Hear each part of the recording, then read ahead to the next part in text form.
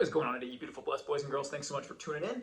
Today I got a really cool topic and one that I want to kind of give with a warning here, and that is I want to give my testimony today and share my personal faith and sort of how I arrived at that.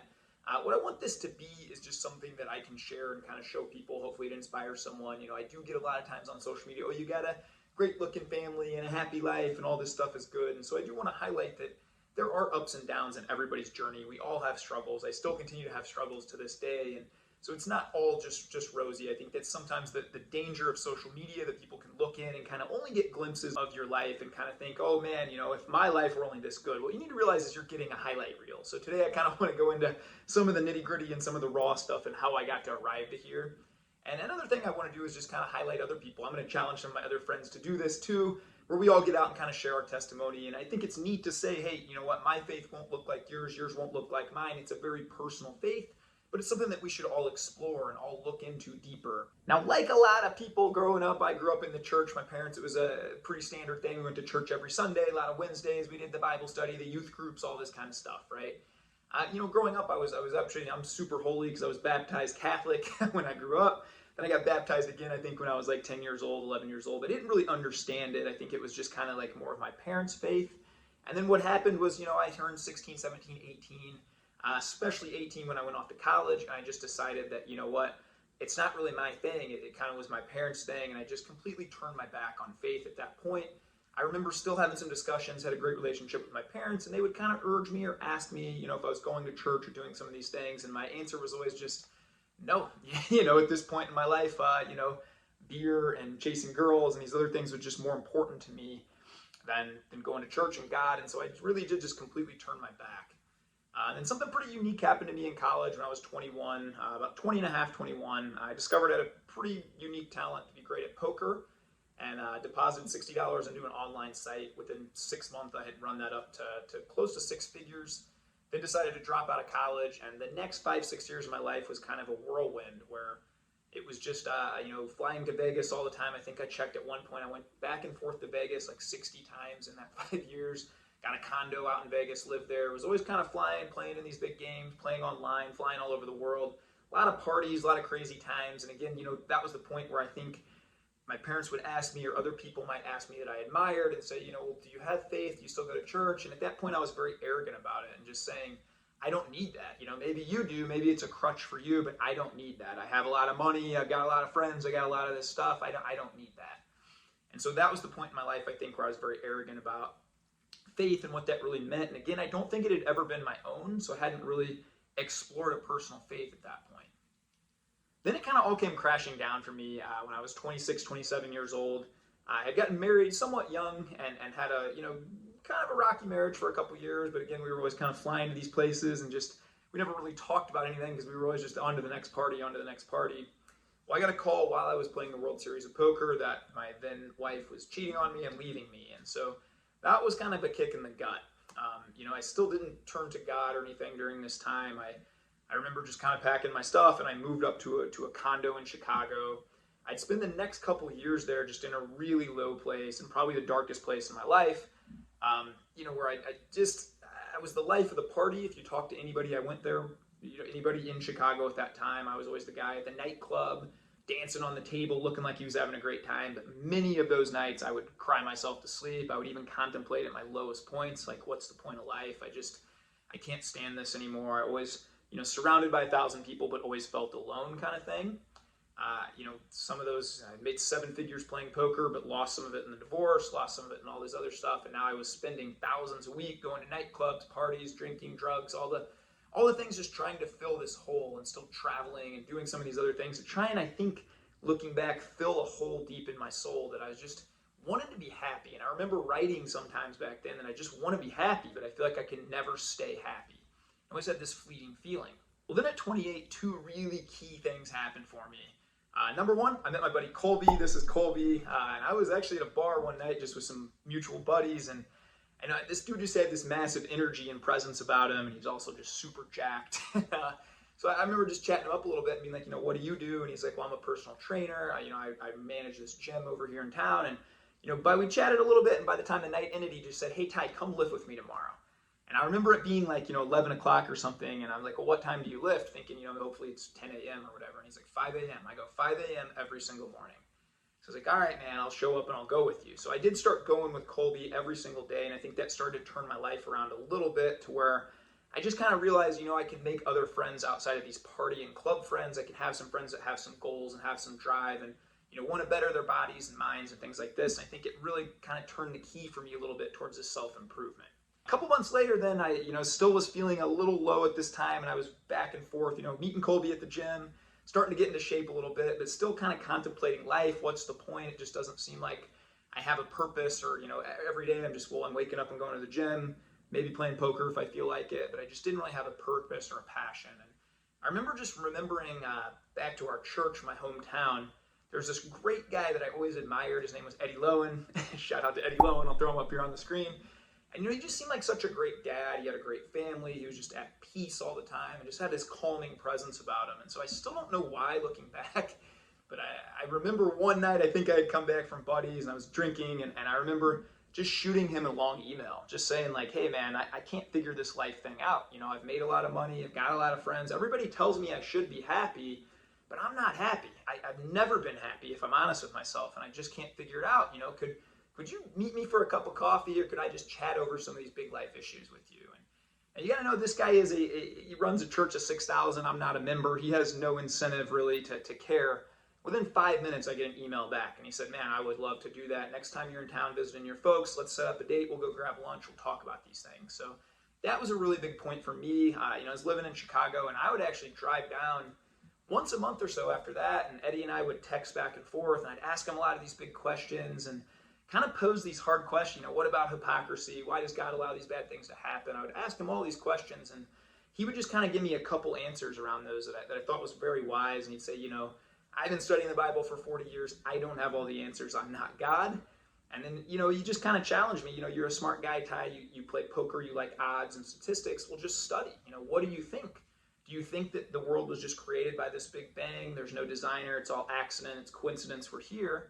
Or do you think that there is an intelligent designer? There's a God out there. He created it. He created you with a purpose and all these things. And so I started reading and really getting into this and studying, what atheists had to say about it, what Christians had to say about it, what Christians that became atheists had to say about it, what atheists that became Christians had to say about it.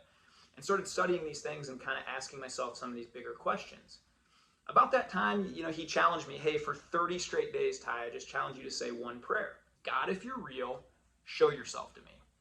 And so I did. I didn't really know what that meant at the time, but I woke up every day and just said, hey, God, don't know if you're up there, but if you are, show yourself to me.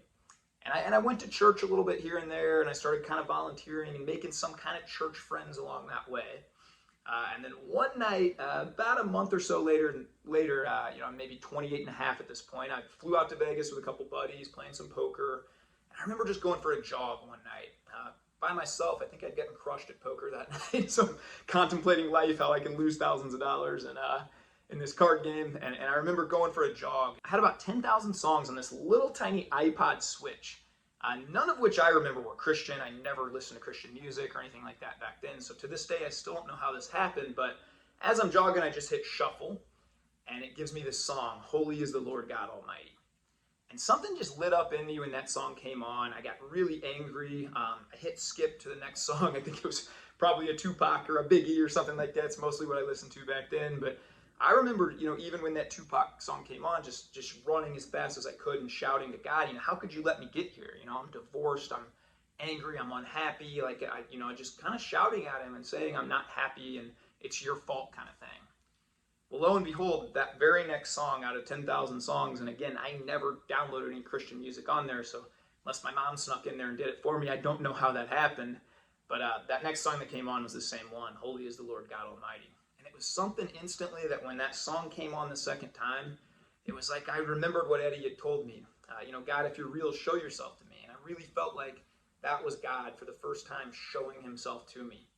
I dropped to my knees. I was crying. And I said, hey, God, I don't know what it means, but I want to give my life to you. I surrender. I'm done captaining my own ship. I'm done trying to make myself happy in all these different ways, and so I give my life to you. I was 28 and a half years old and I didn't really know what it meant then, but I started going to church a little more regularly at that point. I kind of like to say at that point I was a half in and half out. I had my Friday and Saturday friends who would go out and we'd get blackout drunk and we'd do some out of line things, and then I'd have my Sunday friends and my Christian friends, and so I kind of lived that way for a while. Then I met my now beautiful, awesome wife, see up there, and she has a really strong faith, and I think somewhere along the way she really helped navigate that for me too, what that would look like.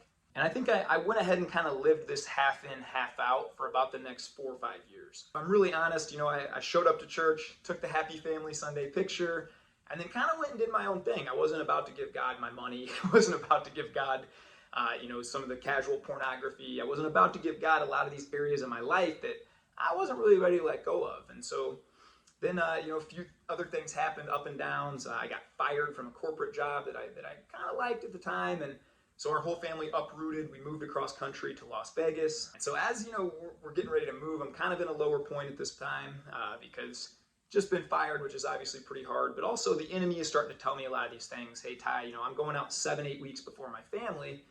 And, he's telling me, dude, you're going to get drinking and partying and do all this dumb stuff again. By the time your family comes, man, you're going to lose everything. And he really just played all these tricks on me. And I remember me and my wife driving out here, and she left. And it's this big open house. And I know I've got 7.5 weeks till they come. And again, something just rose up in me where I just said, okay, I got on my knees, started sobbing. I got a notebook. I said, all right, God, I'm all in.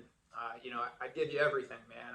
Every single part of me, I giving it all to you. I surrender again. And that was the first time I think I really went all in on Jesus and said, you know what, I'm going to wake up every single day with the sole intent of saying, you know what, Jesus is my king. I'm going to study Jesus. I'm going to get addicted to studying Jesus, which I think I am now, and his life and the way he chose to live, and really center my whole entire life and existence around that. The coolest thing is since I did that, of course, there's still struggles. Of course, my kids still, have 10 poopy diapers a day, and we still have ups and downs and highs and lows, and it's not just a cheat code that life's going to be perfect when you do that. But I have seen more miracles in the last 2.5 years than I can count.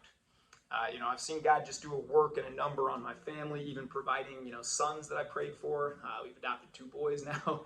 I've just seen God put people into my life that are supposed to be here and really just guide my steps each way. So if I have a word of encouragement to anybody out there, again, it's my faith won't look like yours won't look like mine.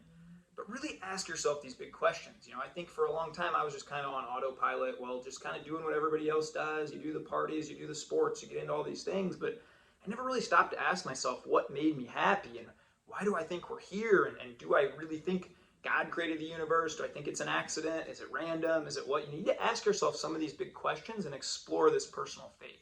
And if you already are a Christian, but you kind of are where I was for that 4 or 5 years, half in, half out, take the cute family Sunday picture, everything, go do what you want to do for the week. I just urge you, you're missing out on the miracles. You really are. Until you go all in, you can't really experience what the power of the Spirit in you is like. I kind of look back to, Adam and Eve, and when they first sinned, what did they do? They went and hid. They didn't want God to see him. And until I was all in, I think I spent half of my time hiding. I didn't want God to know what I was looking at in my free time. I didn't want God to know that I was hoarding money over here. I wasn't about to donate, any part of that. I didn't want God to know some of these things, right? So I was constantly hiding. And it's so freeing to just feel the chains fall off and feel yourself just be able to breathe. And, for a long time in my life, I really kind of centered it at caring what other people thought about me. And that was really a stronghold that the enemy put on me, was caring what all these other people thought, trying to seek approval from all these people, right? And I've just felt that fall off, Now I can just go back to, man, I'm a child of God. He knows every hair on my head. As long as I'm good with him, man, and I'll be honest, good with my wife, everything else is gravy, man. I don't really seek the approval of other people. In fact, I've been mailed hate letters from classmates, and I get told on Twitter and every day, you can't be a real Christian because you don't wear shirts a lot or because you play poker or some of these things. And you know what? I just pray for a lot of those people. Again, I think my faith won't look like yours, and that's okay. We just need to wake up every day and try and love on people. I always go back to what's Jesus' greatest commandment: love God with all your heart. Love your neighbor as yourself. Well, who's your neighbor? It's everybody, man. It doesn't matter if they vote like you. It doesn't matter if they look like you. It doesn't matter. You just love everybody. And so I wake up with that mindset and that intent every single day. So I really appreciate you guys listening. Thank you very much. I hope to inspire some other people to kind of share their testimony, get this out there too. Let's make that a thing. let's show everybody that, this is something we can talk about. We should all be talking about a lot. These big questions. As sure as I sit here and talk, I know that 200 years from now, unless Elon puts that Neuralink thing in us, man, we're going to be in the grave. We're going to be dead. And so it's kind of good to talk about, hey, what happens after that? What do we think? Why are we here? Some of these bigger questions. So I just challenge you to think about some of those things today, explore your own personal faith, and above all else, just go be kind to yourself, go bless up, be kind to others, and let's have a great day. Thanks, man.